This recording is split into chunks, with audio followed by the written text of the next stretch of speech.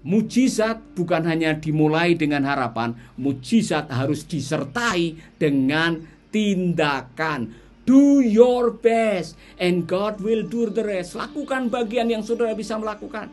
Sisanya nanti Tuhan akan melakukan di tengah jalan. Jangan menanti tanda-tanda ajaib datang baru saudara melangkah. Lakukan bagian saudara. Makanya Tuhan mengajukan sebuah pertanyaan kepada orang itu, saudara. Maka Yesus berkata kepadanya, bangunlah, angkat tikarmu, dan berjalanlah. Kapan mujizat itu terjadi? Kapan kesembuhan itu terjadi? Ayat yang berikutnya, pada saat itu juga orang itu sembuh. Ia mengangkat tikarnya dan berjalan. Kapan mujizat itu terjadi? Pada waktu dia melangkah dengan iman.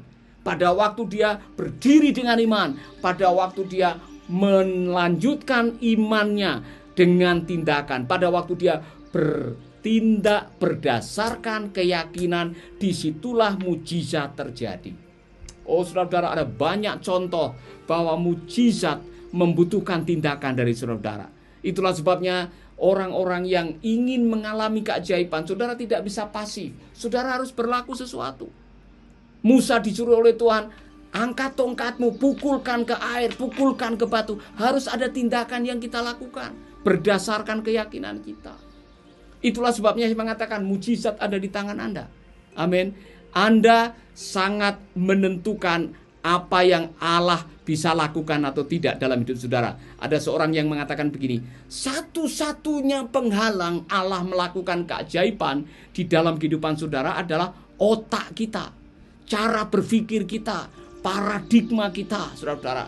Pada waktu Allah ingin melakukan sesuatu kepada Maria, kamu akan mengandung, kemudian kamu akan melahirkan seorang anak yang akan menjadi the King of King. Maria mengatakan, bagaimana mungkin? Bagaimana mungkin? Bagaimana mungkin adalah cara kita berpikir yang membuat kita tidak bisa mengalami terobosan-terobosan. Karena sebelum kita mengalami, kita sudah membentengi itu dan mengatakan, oh enggak bisa. Sudah 38 tahun saya sakit, bagaimana Tuhan bisa menyembuhkan saya? Enggak bisa, rumah tangga saya sudah kacau balau, sudah 12 tahun dia minggat. Bagaimana Tuhan bisa memulihkan? Bagaimana Tuhan bisa menyembuhkan ekonomi saya? Saya sudah hancur, ekonomi saya sudah hancur, saya sudah bangkrut. Tidak mungkin. Itu penghalang utama mujizat terjadi dalam diri Anda adalah otak Anda yang belum apa-apa. Saudara sudah membatasi kuasa Tuhan. Saya bersyukur Maria mengucapkan kalimat ini, jadilah menurut kehendakmu. Aku ini adalah hamba-Mu. Saudara membaca dalam kitab Injil Lukas.